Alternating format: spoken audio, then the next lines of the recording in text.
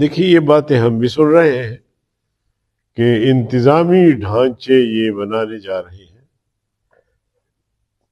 اس پر فی الحال میں رد عمل اس لیے نہیں دے سکتا کہ نئے صوبوں کی بات کسی طرح ہمارے مشاورت میں نہیں آئی ہے. تو جب یہ بات ہماری مشاورت میں آئے گی اور اس پر ہم ایک موقف لیں گے تو پھر اس موقف کی بات کریں گے. ماضی میں البتہ ہمارا یہ موقف رہا ہے کہ لسانی بنیادوں پر نہیں، علاقائی بنیادوں پر نہیں،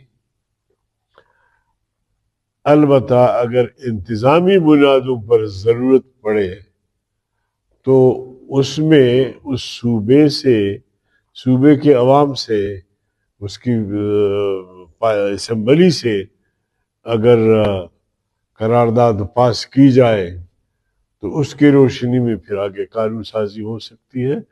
تو انتظامی بنیادوں پر اگر صوبے تشکیل ہوتے ہیں تو اس پر زیادہ اعتراض نہیں اٹھے گا.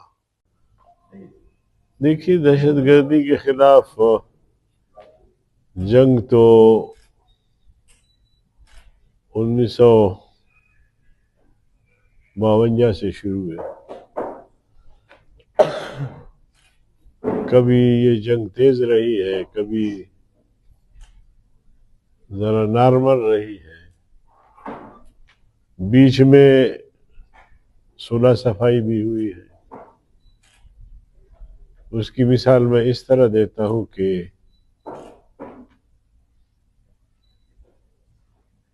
جس جنگ میں نواب نوروز خان گرفتار ہوئے یا ان کے دیگر ساتھی جو ہے وہ پھانسی پہ لٹک گئے،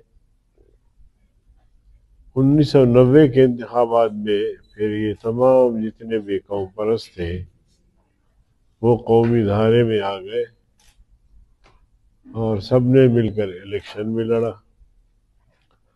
سردار عطا اللہ خان مینگل، نواب اکبر بگٹی، خیر بخش مری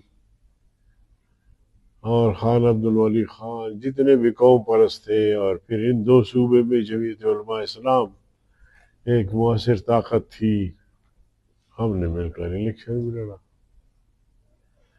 پھر آگے چل کر پاکستان تقسیم ہوا، وہ ایک الگ کہانی ہے. لیکن 1973 میں ہم نے مل کر آئین بنایا، پاکستان کو ایک آئین دیا. 26 سال سے پاکستان بغیر آئین کے چل رہا تھا. ہر کی آمد عمارت نو ساخت. ایوب کا اپنا عبوری آئین تھا، اس سے پہلے والوں کا اپنا عبوری آئین تھا، یحییٰ خان کا اپنا عبوری آئین تھا. پھر جب بھٹو صاحب نے اقتدار سنبھالا تو کبھی وہ بھی چیف مارشل ایڈمنسٹر بن گیا، کبھی صدر بن گیا، کبھی کیا. 73 میں جمعیت علماء اسلام کے اکابرین کی جدوجہد سے ایک متفقہ آئین پاکستان کو ملا. پھر ابھی 74 کا زمانہ آنے سے پہلے یہاں سردار عطا اللہ کی حکومت تھی، خیبر پختونخوا میں مفتی محمود کی حکومت تھی.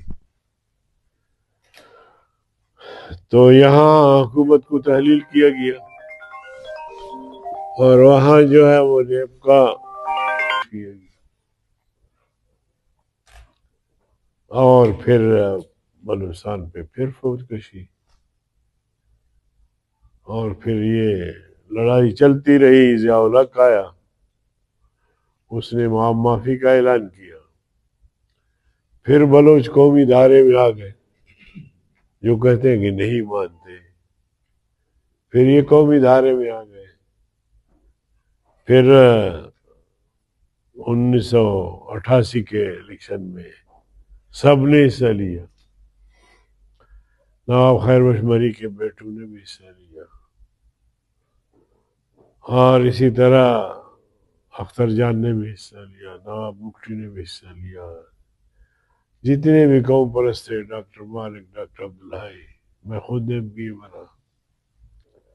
حکومت بن گئی نواب بگٹی کی، پھر بعد میں سردار اختر جان کی بنی. تو یہ سارا سلسلہ اسی طرح چلتا رہا. کبھی میں نے کہا کہ کبھی ایکشن نہیں تھا. پھر یہ سلسلہ چلتا رہا 2006 تک. 2006 میں نواب بگٹی کا حادثہ آتا ہے، اور اس حادثے میں ایک بزرگ شخصیت، معمر شخصیت، وہ شہید کر دیے جاتے ہیں. اس کے بعد جو ایک نوجوانوں کا ایک طبقہ اٹھتا ہے، تو وہ اب آزادی سے کم کی بات نہیں کر رہے. ہمارے حکمران اتنے بے عقل ہے کہ ہر مسئلے کو وہ طاقت سے حل کرنا چاہتے ہیں، جو کہ ہماری نظر میں ایسے مسائل طاقت سے حل نہیں ہوتے، افہام و تفہیم سے حل ہوتے ہیں. دوسروں کو بھی سنو، اپنی بھی بات کرو، اور اسی طرح کسی حتمی نتیجے پہ پہنچا جاتا ہے. مگر بدقسمتی سے انہوں نے اس کا حل جو ہے وہ طاقت کے استعمال میں سمجھا ہے. تو پھر جب سے طاقت کا استعمال شروع ہوا ہے، بد امنی میں اضافہ ہوا ہے، اس میں کمی نہیں ہوئی ہے. تو اس لیے میں جمعیت علماء اسلام پاکستان کے سیکرٹری جنرل کی حیثیت سے، قومی اسمبلی کے ممبر کی حیثیت سے حکمرانوں کو توجہ دلانا چاہتا ہوں کہ جس روش کو آپ وہ لے کر چل رہے ہیں، اس سے نہ بلوچستان کا مسئلہ حل ہوگا، نہ خیبر پختونخوا کا مسئلہ حل ہوگا، نہ کہیں اگر اس طرح کی کیفیت صورتحال ہے وہ مسئلے حل ہوں گے. اس لیے ہم سمجھتے ہیں کہ اگر 75 سال گزر گئے مسئلہ حل نہیں ہوا، تو شاید اس روش کے ساتھ 100 سال بھی گزر جائے مسئلہ حل نہیں ہو. لوگ قتل ہوتے رہیں گے، ادھر سے بھی ادھر سے بھی. وہ بھی ہمارے بچے ہیں بلوچستان کے، یہ بھی ہمارے بچے ہیں پاکستان کے. دونوں طرف سے جو مارے جا رہے ہیں، جو قتل ہو رہے ہیں، کسی نہ کسی طرح سے ہم سب کا ان سے رشتہ ہوتا ہے.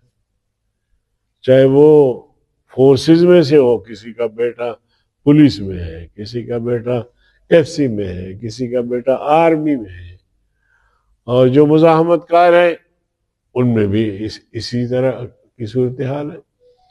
تو لہٰذا ہم ایک دوسرے کو ایک طرح سے مار رہے ہیں. تو اس کے لیے میرا مشورہ ہوگا، پہلے بھی میں کہہ چکا ہوں، بحیثیت ایک بلوچستان کے پارلیمنٹ کی رکن کے، اور میں اللہ کے فضل و کرم سے بہت ہی سینئر پارلیمنٹیرین ہوں، مختلف ادوار میں نے دیکھے ہیں، اور تقریباً کوئی 35 سال سے زیادہ میں پارلیمنٹ کا ممبر رہا ہوں. میں نے رہا ہوں 3 دفعہ سینیٹر رہا ہوں، ایم پی اے رہا ہوں، deputy chairman senate of Pakistan رہا ہوں. ان تمام تجربات سے ہم گزرے ہیں. ہم چیزوں کو قریب سے ہمیں دیکھنے کا موقع ملا ہے.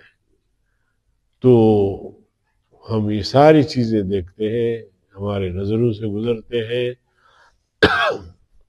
ہم کڑتے رہتے ہیں، کر نہیں سکتے. کریں گے وہ جن کے پاس پاور ہے،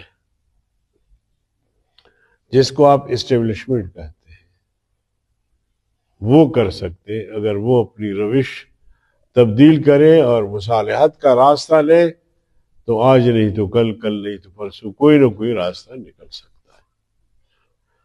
تو اس روش کے ساتھ بلوچستان کے مسائل حل نہیں ہو سکتے.